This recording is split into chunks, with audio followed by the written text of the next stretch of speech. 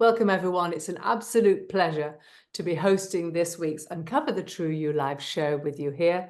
I'm your host, Helen Barton. Pleased to meet you. And today we're going to be investigating the powerful world of goal setting, investigating into the skill that transforms mere intentions into achievable realities. We're going to explore various strategies, share practical tips, and talk about the tools that we need to set and achieve our intended goals. Not forgetting, of course, that it's also essential to know what goals we actually envisage in the first place. If we don't know what we want, there's no way we're going to be able to move forwards. So first, we need to decide on our precise, detailed intentions, right? Every great achievement starts with a vision, a dream of what you want to accomplish, hence the title, From Vision to Reality. I want to ask that question. What do you envisage in your life? What is it? Just close your eyes for a moment and imagine your ideal future. What does it look like? What have you achieved so far? Do you have a target in mind? Do you have a vision? That envisaged target is the foundation of the whole of your goal-setting journey. That's what we're talking about today. Goal setting is the process of defining and committing to specific objectives. First, it's important to identify what exactly it is that we want to achieve, and then to establish a clear roadmap to get there. In previous shows, we've covered so much information all about the pathways of self-discovery, particularly how to uncover your core values and skills so that you can create that envisaged life and those goals. But we will continue to talk more about that. But today, we're going to concentrate on how to set those goals and make things happen. Why? Well, the purpose of goal setting is to give clear direction, create focus, and connect that feeling, that inspiration and motivation to take actionable steps towards our desired outcomes. In essence, it's all about envisioning your future, and translating that vision into tangible results, real, true happenings. Goal setting is what helps us to prioritize our efforts, allocate resources efficiently and effectively, track your progress over time. It creates a structured approach to both personal and professional development. So it ensures that we continually move forwards and make meaningful headway. So we're not just stuck there, we're not procrastinating, we really are doing the doing to reach our end game. It's simple. Without a plan, we're like ships sailing without a compass. There we are, drifting aimlessly. Goals give you a clear pathway to follow. You can see it, you can feel it, you can hear it, smell it. It's there in front of you. You know what you're doing, where your pathway is leading. And I'm sure that we can all relate to a time when we found ourselves meandering throughout life, right? Day after day, no true purpose. Or on one of those downs, the ups and downs of life. We're uncertain about what direction to choose. We're maybe lost and frustrated. I certainly have been. And the question today is, how do we set goals that truly matter to us? And more importantly, actually achieve what we're setting out to accomplish. So, that in mind, let's look how to get started, actually get started. For effective actual goal setting, typically, but not always, we follow 5 rules, namely the SMART criteria. Many people have heard of this. Some people change the letters, add things, take things away, emphasize something. But the basic SMART criteria is specific, measurable, achievable, relatable, of course, and time-bound. So, having such a framework in mind helps us to better create clear and attainable goals. They're aligned with our broader aspirations and values. So by breaking down those larger objectives into actionable steps with specific goals, we can get the inspirational momentum. We need the momentum to stay emotionally focused throughout this decisive journey to the chosen target. So it really is an important thing to set your goals and use this criteria. And we're going to talk about other things too, but let's go through this, for example, starting with the first one, of course, that's where we usually start, specificity. By knowing our specific steps towards our chosen goals, we can answer the question, who, what, where and when. Of course, who we're going to include, what do we want, where do we need to focus, and when, the times, etc. We're going to that on with the time-bound section. But whether it relates to business, social, or personal, or your personal life, we need to have a detailed vision of what we're aiming for. For instance, instead of saying, I want to be more mentally and physically healthy, you could say, I will be more positive. I will be in great physical condition so that I can join the local hiking club. Or a big one is, I will reach that certain weight. Whether it's to laugh more, have a six-pack, run a marathon, or maybe you want to buy a certain car, write it all down. Write out your goals. Write down in detail how you want to go about taking action to get there, to succeed, to achieve what you're looking for. Stating always, for example, that what you're going to do. So whether you're going to read certain books on positive thinking, for example, start a certain exercise regime, or maybe make changes in your food and drink choices. Lessen evening Netflix sessions, that's a big one these days. Investigate maybe your drinking and smoking habits. I said drinking before. Perhaps starting walks in nature. That's my favorite one. Taking time out for yourself. Practice breathing and self-reflection. That's mentally healthy, right? Feeling like you're going somewhere is crucial to sustain motivation and achieve your goals. We have to have that feeling, that emotional intention behind it. So that's the specifics. What about measurable? We need to have the guidelines, right? If you can't measure it, you can't manage it. Measurable goals help us to track our progress and stay motivated, which is very, very important. Inspiration and motivation en route. And think about the regularity, the frequency, or the actual amounts. And really that combines all in one. For example, how much weight per week or month, etc., are you looking to lose? Or maybe you want to gain. Perhaps you need weight gain.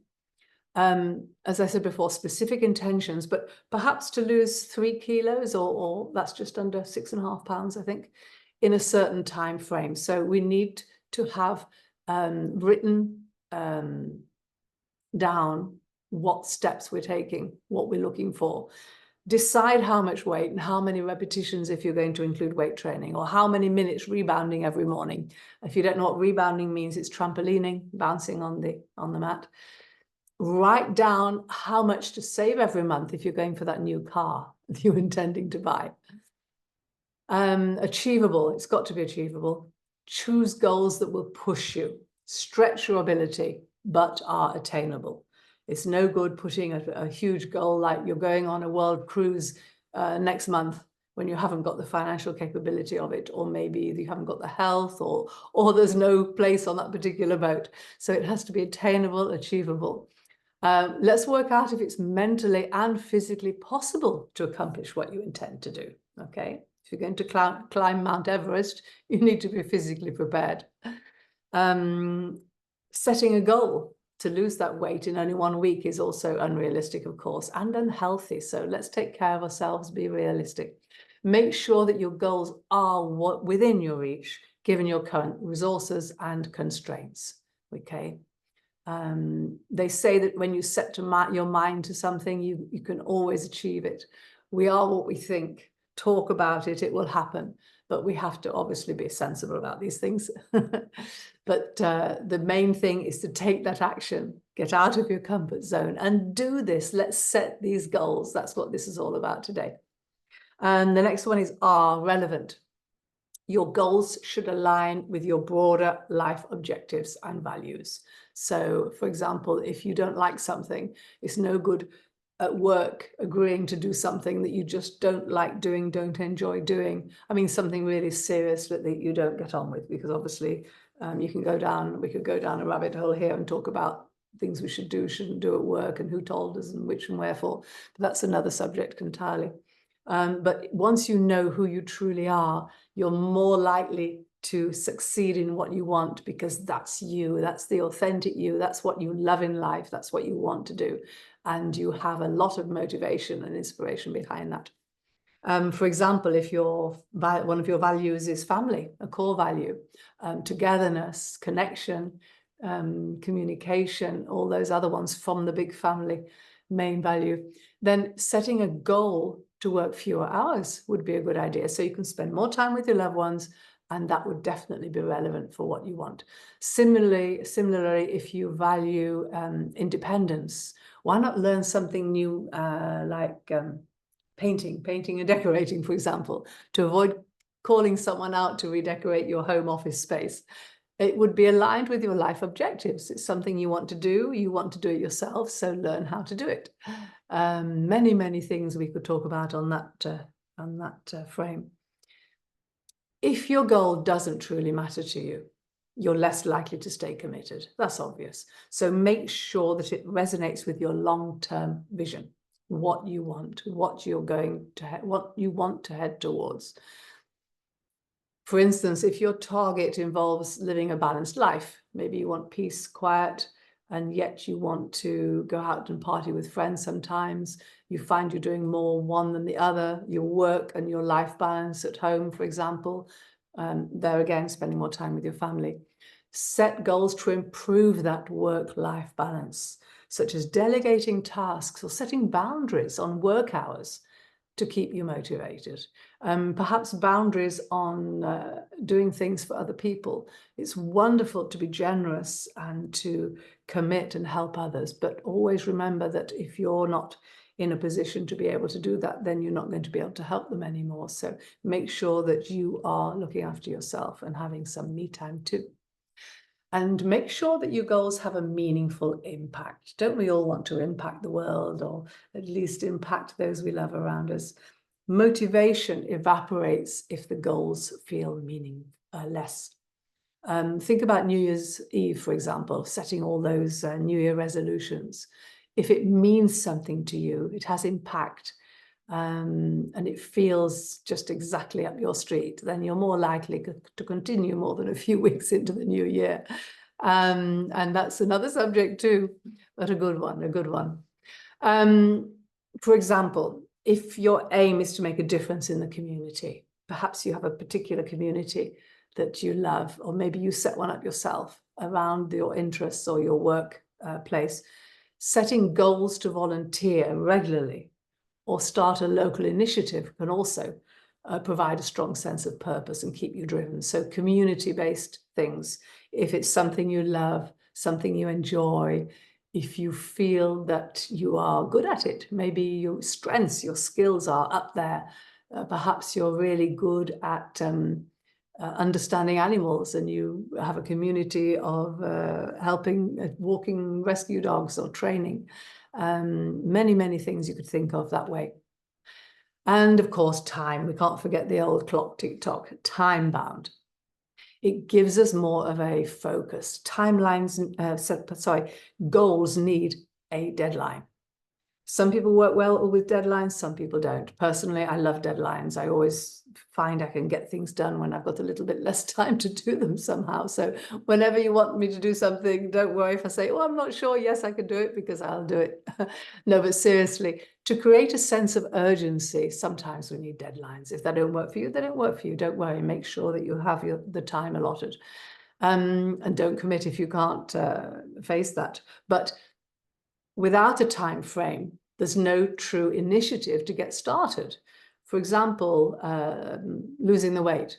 Well, you don't give a time frame, it can take you a year, which is sometimes a good thing. It depends on your objectives and all your other obligations in life. But if you have that time frame, it motivates you and you can keep on the ball and not have that procrastination and that fear of failure. You've got your target. You can work out how much you're going to do each week on some task you have, etc.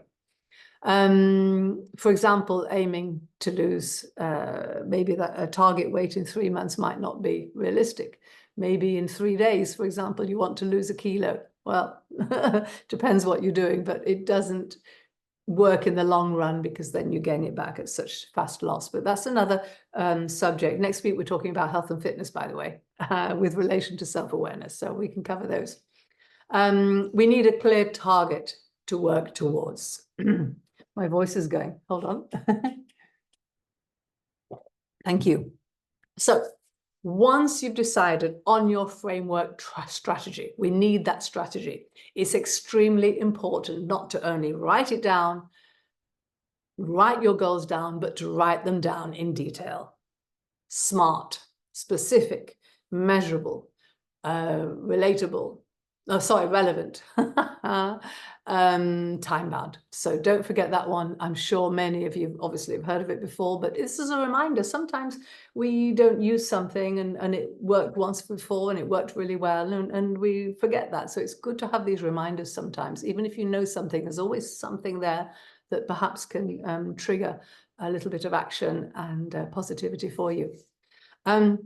Many studies have shown that people who write down their goals are far more likely to achieve them. So you listen, you write, you can even type them out later. The more you read a book, the more you relate and remember the chapters that you found fascinating and useful. Write them down, then you can access them easier. It forces us to articulate exactly what we want to achieve when we write things down. Journaling, for example. And it helps us to outline the necessary steps, helping us to maintain that drive and focus. We need that drive, we need that push to do these things.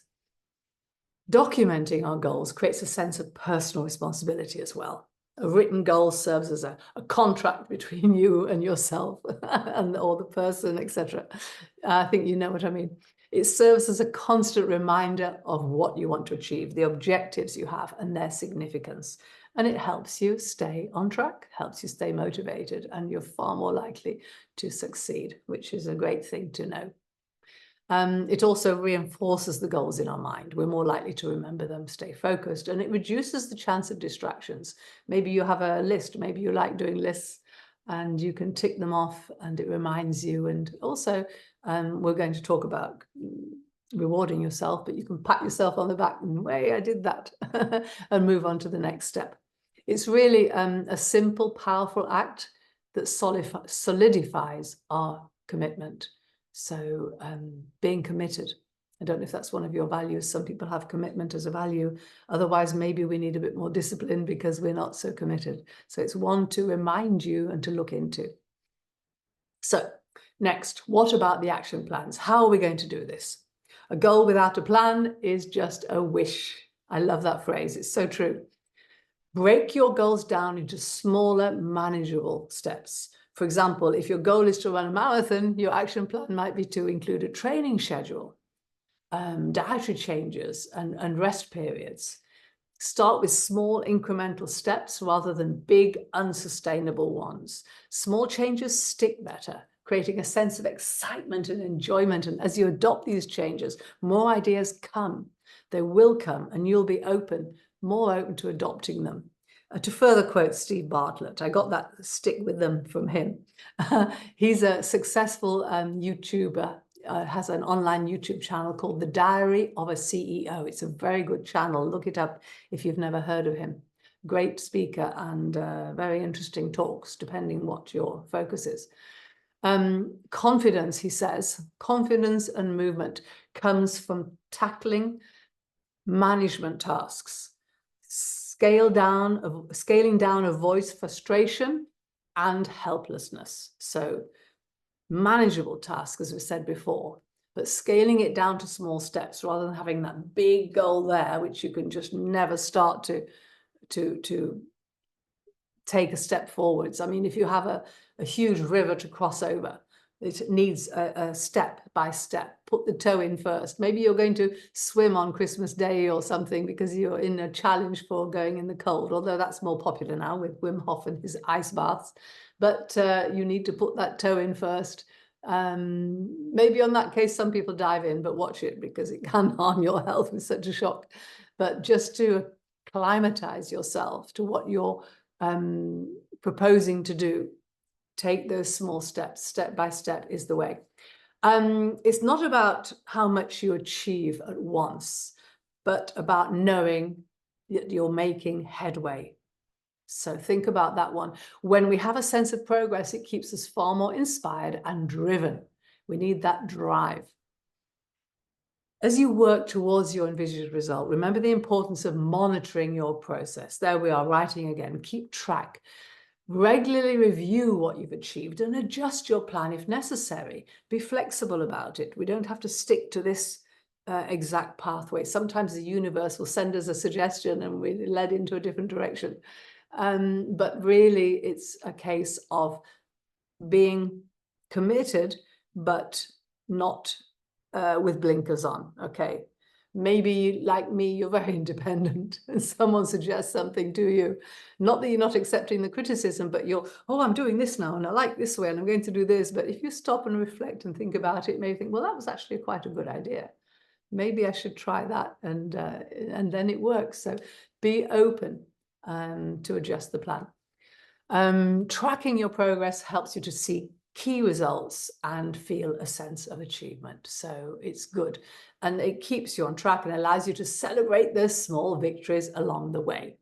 It's good to have something in mind sometimes to say, well, if I do this, then I will treat myself to that. Or a little reward, a little bit of something that you love, to give yourself a little break and motivate you to continue with the next step.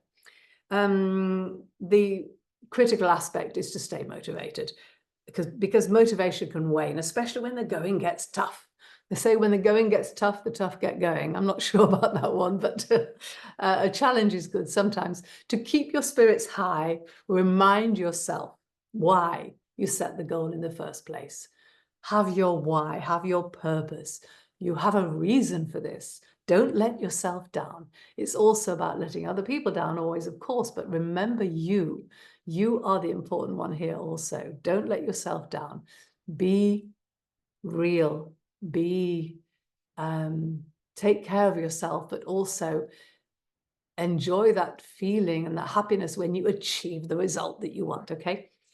Building momentum can be just like riding a bicycle uphill. Okay, you're riding, I don't know what I'm doing with my hands, riding a bicycle up the hill. We need to get, before you enjoy the downhill, okay, the free riding wind rush, that lovely wind rush when you get to the top of the hill and you're tired and exhausted and you way and you go down the hill. It's wonderful. We need to get started on our goal by putting some effort in to get the wheels in motion. The initial effort is essential to create the motivation. So make that effort, get started step by step, and enjoy it while you're there. Visualize the end result, because if you can see it and the benefits it's going to bring, you can set clear actionable objectives so that you know exactly what to accomplish, and surround yourself with supportive people and resources that will inspire you.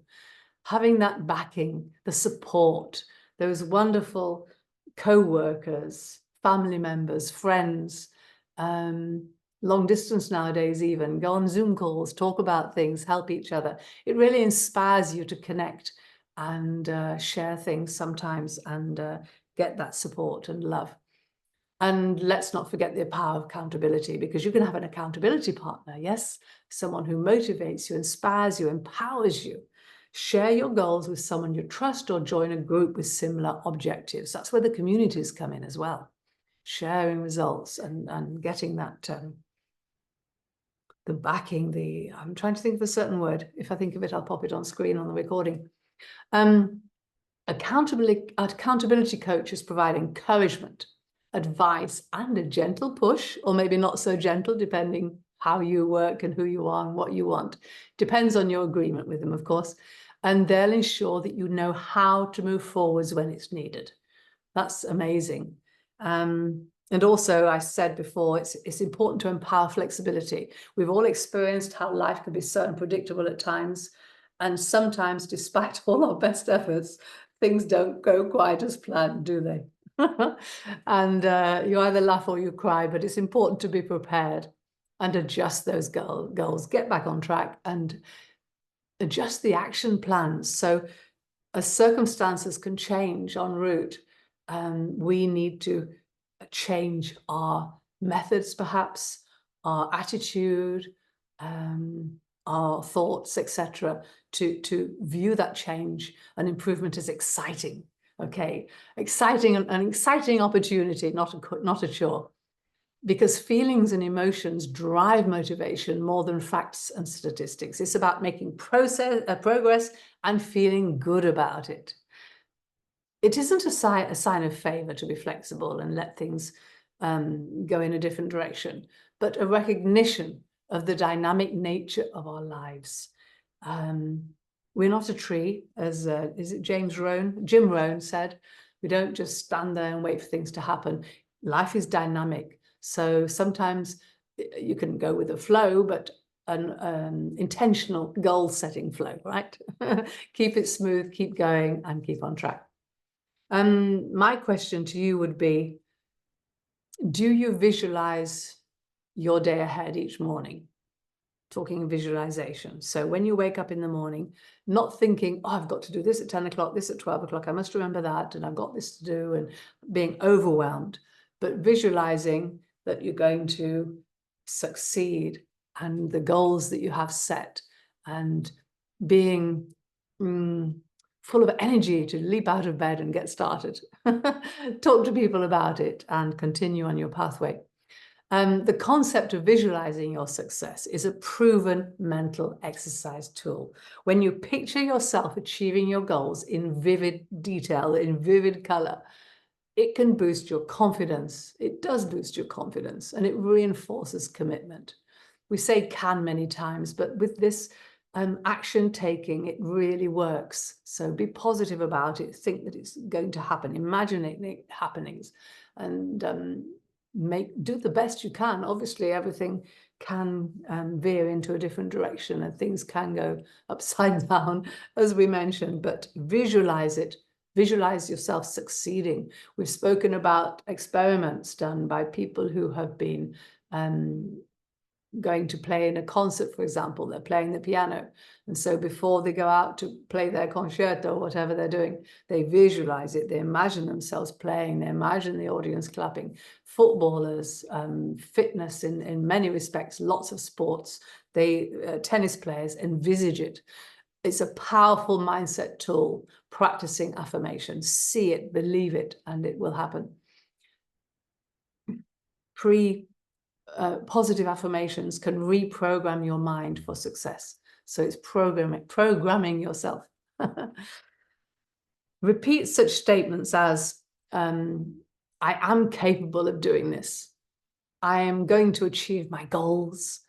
Every day I'm getting closer to my dreams. It sounds crazy to stop in the mirror in front of the mirror in the morning and say, today I am going to do this. And I'm amazing. This is great life, a great life. Just those positive affirmations. It helps us to overcome self-doubt and stay focused. It really does help with that fear, the procrastination, the lack of confidence. So let's be confident and positive and envisage it, okay? So as we approach the end of our session today, let's address some common challenges. We've just spoken about fear, self-doubt. Believing that you might not succeed is a significant barrier. It really is. Remember, failure, though, is not the opposite of success. It's the part of the journey. Each setback is a learning opportunity. It's good to fail. We're learning that these days. A setback means a comeback, to grow, to learn from that opportunity. Embrace failure, learn from it, and embrace it, as I said, and move forwards. It's good to take a step back and look at what you're doing and readjust. I think there was it Ballesteros, Sevillano Ballesteros, the golfer? He stopped golfing and completely changed his swing. I'm not sure when it was, how many years, I don't have facts right now, but he took a long time. Everyone thought he was absolutely crazy. And he did. He got a new coach, I believe, and he succeeded like just amazing afterwards, because he stepped back and tried a different method. So give things another chance when you think you need a different pathway. Okay. And as we were talking about before, I've mentioned it a couple of times, the word procrastination is another challenge. So we can fall into that trap of delaying the tasks we have, those important tasks ahead of us. And to combat that, we need to break our goals into smaller tasks, set deadlines, and maybe use techniques like the Pomodoro technique to stay focused. Now, I've only just heard about this Pomodoro technique, so I had to look it up. And it's a time management method, okay? So it involves breaking work into intervals of roughly, say, 25 minutes. They call them Pomodoros, separated by short breaks. After completing 4 sections of these 25 minutes, then you can take a longer break, and so on and so forth. It's said to be proven to improve focus and also productivity, because it encourages sustained concentration and regular rest. That's what it said in Google anyway. Sustained concentration and regular rest. And lastly, let's touch on celebrating those achievements. I did touch on this. Celebrating those early wins to maintain motivation is a great thing to do. Create a winning atmosphere, an environment that feels conducive to success. Don't wait until you've achieved your final goal to celebrate. Step by step, acknowledge and reward yourself for small milestones along your pathway. When you feel like you're making a difference and moving forward, motivation stays really high. Do those cartwheels, go out for a run, go for a swim in the sea. Celebrate, enjoy yourself, and have some celebratory times with your friends. In summary, goal setting is a powerful tool that can transform your vision into reality. By understanding who you truly are, what you're all about, what you want in life, then setting your SMART goals, writing them down, creating action plans, monitoring progress, staying motivated, and being flexible, okay, you can stay on course and achieve anything you set your mind to. Now, I have a couple of questions to consider. How are you doing, Jan? Would you like to participate and answer some questions? Or you want to just stay as an observer today?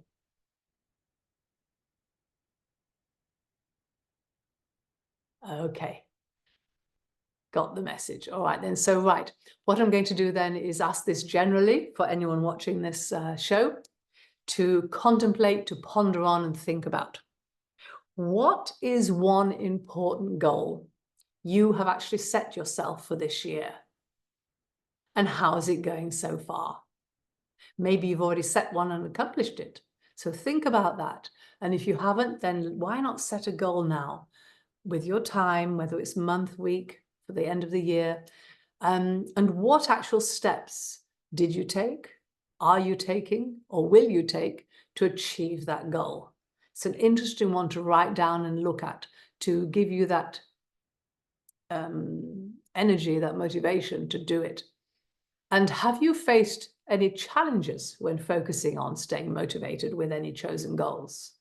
So what would hold you back in certain circumstances? What did do, what will do, and how did you actually overcome it? And also for the others, will you or have you? So, for example, if you find that you're having some self-doubt, flip that and make it into a positive affirmation. I am perfectly capable of heading this project at work. Applying for a raise, yes, that's a good one. Applying for a promotion, I was going to say. Many things you can relate in all different areas of life. So another one, how do you track your progress when you're doing these projects, when you're in the midst of your action plans? And make sure that you're truly on course. Are you on course now? Will you stay on course? Check that you're on course and step back a few steps, try again, etc. Oh, we could talk about this for hours. Okay, if you have any questions, by the way, or comments, please always contact me. I'd love to engage with you, and we can have a call, talk about these things, because it's a fascinating subject and I'd love to help you. Thank you for joining this session today. Remember that your goals are within reach. With the right strategies and mindset, you can turn your vision into reality. Ultimately, goal setting is a powerful tool for personal growth, successful, and fulfillment.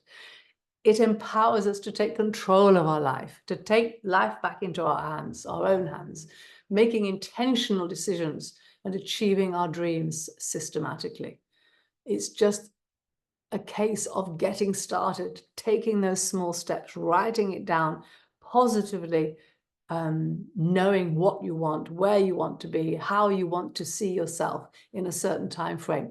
Once you know who you truly are, once you do a self-discovery course, for example, maybe you've done one, maybe you feel you know exactly who you are, you can set those purposeful plans, because you can stay in the authentic inner you, something that touches your heart, something deep down inside that you long to achieve. Achieve something you feel extremely excited, emotionally excited about is the way to go. So thank you so much for being here. Please join us next week when we will be talking about health and fitness with relation to self-awareness. I was a personal trainer for 30 years, almost 30 years. I loved it. And I believe that this one will be insightful for you, because I have a lot of knowledge on that subject. And plus, with the self-awareness journeys, now I'm a coach. It really should be an interesting talk. Come and join us live if you want to have your personal questions asked. Meanwhile, stay focused, stay motivated, and keep pushing forwards. Forwards is the way. Don't look back in the past. Don't worry too much about the future. Get started on your pathway and think about what your future self would be thankful that you did for them. Yeah, that's an interesting one. There's a great meditation on that. I might share it here on the show one day.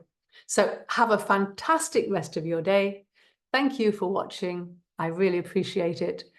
So appreciate you all. Ciao for now.